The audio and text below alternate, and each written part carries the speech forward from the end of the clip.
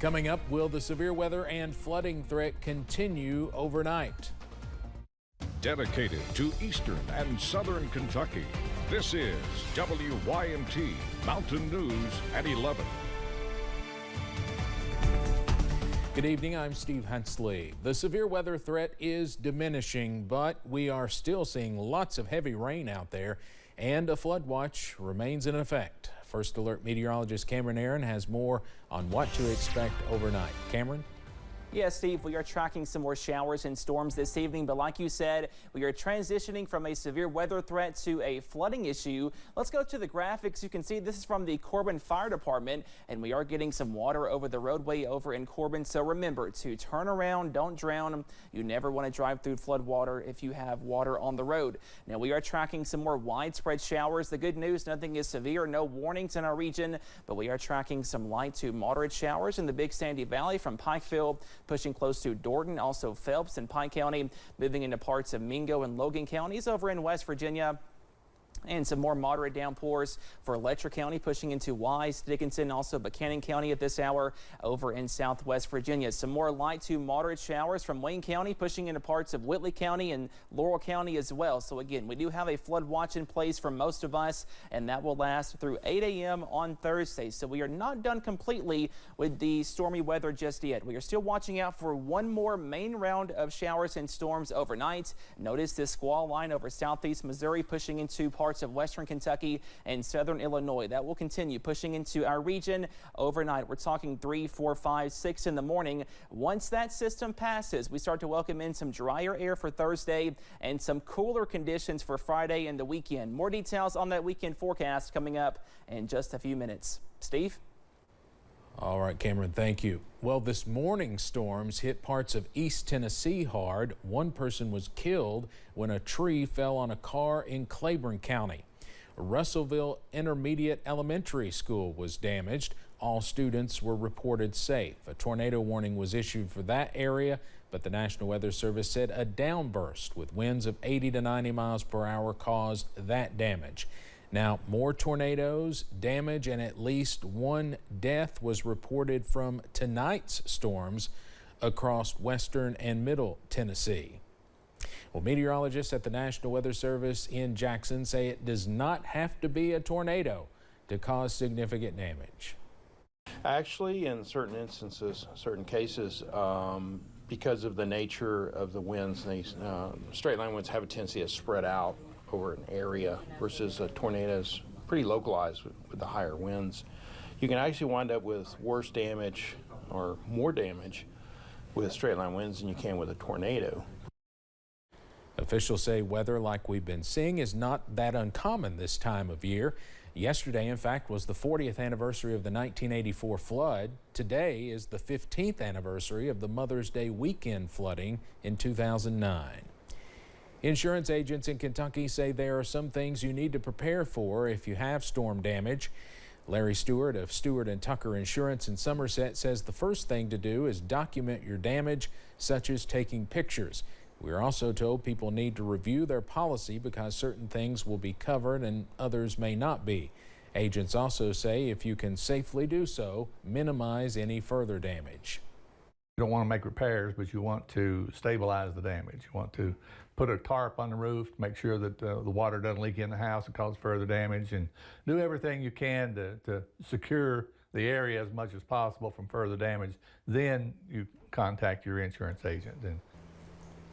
Stewart says after you contact your insurance provider, an adjuster will come out and survey the damage and come to a resolution. Powell County first responders say they feel much more prepared for potential storms after repairing 11 of their 12 tornado sirens early last week.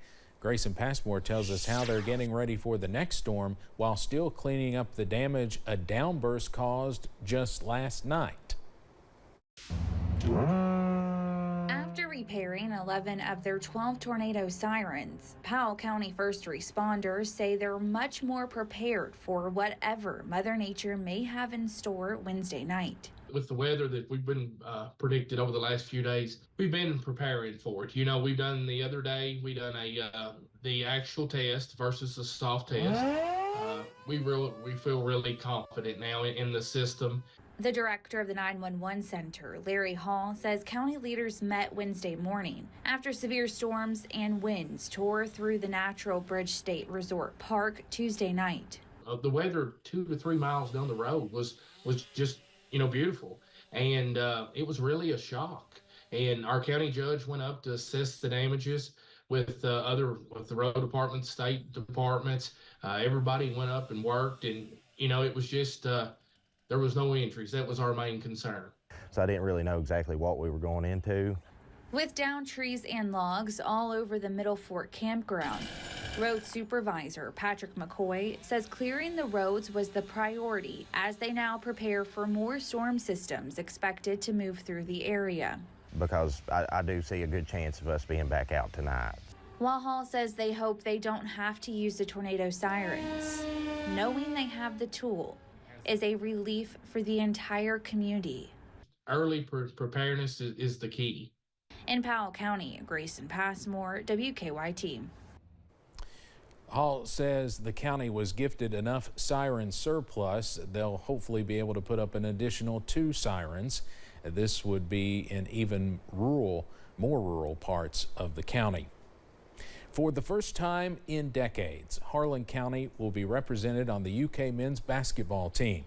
Trent Noah is going to be a Wildcat. Noah is the state's 5th all-time leading scorer. He led Harlan County to the Sweet 16 championship game and scored 129 points over the 4-game span in the Sweet 16.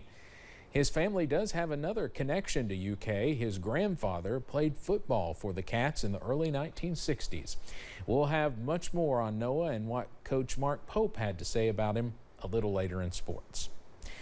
A transitional recovery housing project by Mountain Comprehensive Health Corporation received funding recently from the General Assembly. The organization will receive $2.5 million toward the project. MCHC CEO Mike Cottle says they've been searching for funding to complete this project since 2020. It'll probably start construction early part of this summer and is expected to take about 12 months to complete. So by midsummer of next year, it should be ready and we can start housing people. Cottle says the goal is to give men leaving a short-term recovery facility the opportunity to continue building educational, vocational, and life skills. The Perry County Ambulance Service is moving from the Walkertown section of Hazard to a new facility near the intersections of Highways 80 and 15. Officials say it's a much better location and should not affect run times and might even improve them in some cases. The move should be complete within the next 2 weeks. The COVID-19 pandemic impacted numerous career fields, but especially healthcare. With graduation season upon us, how has COVID impacted those who had hopes and dreams of working in the medical field?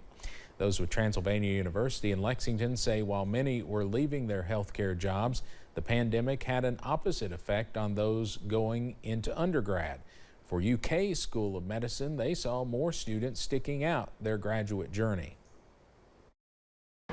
Our numbers this year, we're graduating 195 students from across the Commonwealth at our campuses, and this is up from where we were last year. One doctor with UK adds the university introduced several educational opportunities for medical students outside of the main campus before the pandemic, which brought in a lot of medical students as well. Toyota marked a milestone in Kentucky this afternoon. It launched its newest generation of the Camry at the Georgetown plant, and this line will be 100% hybrid. Toyota's president talked about what sets this model apart from the rest. The Camry has always been an internal combustion engine. To go 100% hybrid, that in and of itself is a big milestone for the Camry. Performance and the handling, I didn't think it was possible to improve it. They've improved it. And the 5th generation hybrid adds a lot of power to the 4-cylinder engine, and it's a beautiful car both inside and out. And yes, that was former UK football player Will Levis you saw in that video earlier. He was at the event today. The Camry has been built in Kentucky since 1988. One university in our area has found its next president. Dr. Jason McConnell has been announced as the next president of Lincoln Memorial University. McConnell becomes the university's 22nd president in its history. McConnell had been serving as interim president since January 1st. He's been with LMU since 2001. Coming up on Mountain News at 11, the House quickly rejects an effort to oust House Speaker Mike Johnson. Plus, the forecast is looking a little bit better by tomorrow. Those details coming up.